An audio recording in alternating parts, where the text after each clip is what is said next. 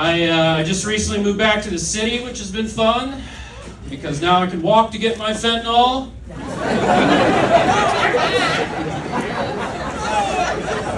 Which was an issue before.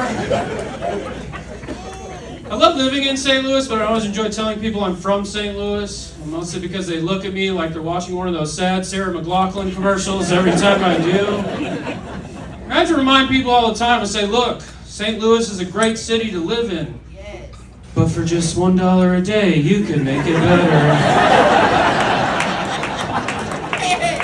Give the people of St. Louis what they need. A decent public transportation system, a functioning downtown, and maybe, just maybe, an NFL team that doesn't leave. Donate today. It's great to be here tonight with you guys, though, doing comedy. It's a great job. I used to work in construction, which was a lot of fun. I learned a lot while working in construction, specifically two things. Number one, you're going to make a lot of mistakes in your life. And number two, whoever hired me must have learned that lesson the hard way. Because I was not very good at construction.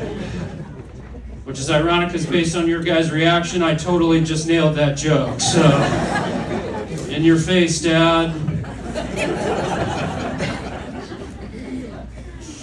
Probably my favorite job that I've ever had, though, is being in the military. I am a U.S. Army veteran.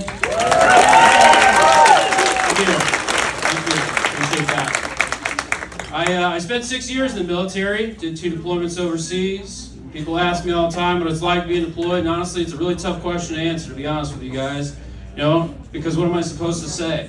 What's it like being completely removed from friends and family, cut off from the rest of the civilized world? You guys, it frickin' rocks. Okay? You know how much stuff I got out of whenever I was deployed? And sure, there was the whole terrorism thing. But you know what didn't suck? Not having to mow the grass. Because there was none. Not having to sit in traffic. Because there was none. Not having to pay my bills.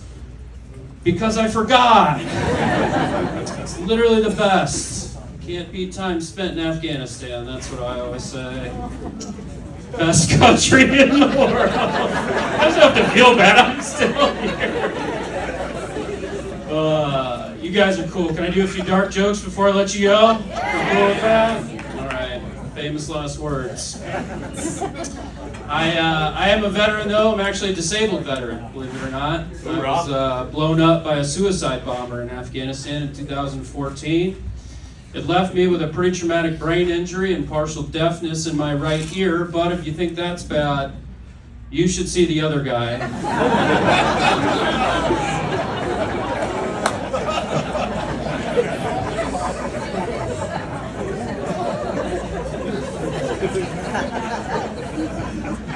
I'm just glad you guys got that joke.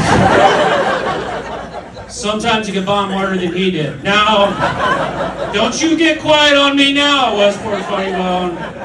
Your tax dollars paid for that one. Hang in there. Hang in there. I am glad that you guys got that joke, though, because not everybody does. I gotta be honest with you. In fact, I had a man tell me one time just how much he hated that joke. But before I tell you that story, I think it's important for you all to understand just exactly what happened to me on that fateful day in Afghanistan. We were out on a mission delivering medical supplies to a small village when a man drove his car off a nearby road and detonated a trunk full of explosives about 50 feet from where I was standing. The blast knocked me out cold. I woke up the next day barely able to remember a thing. For those of you trying to imagine what that feels like, just think of the worst hangover you've ever had and then add the angriest member of the Taliban that you know. If you don't know an angry member of the Taliban, any regular member of the Taliban will do for this story. They're basically all the same. But it's important to remember that story about the car bomb when I tell you about this man who did not enjoy that joke. One night I got off stage, an Afghan man who was in the audience actually pulled me aside, told me just how much he hated that joke, and how his country had been at war with the United States for more than 20 years. And in that moment I felt something. You know, here was a man pouring his heart out, clearly angry at me after losing friends and family, fighting in the forever war. And all I could help but think in that moment was, God, I hope I didn't park next to this guy.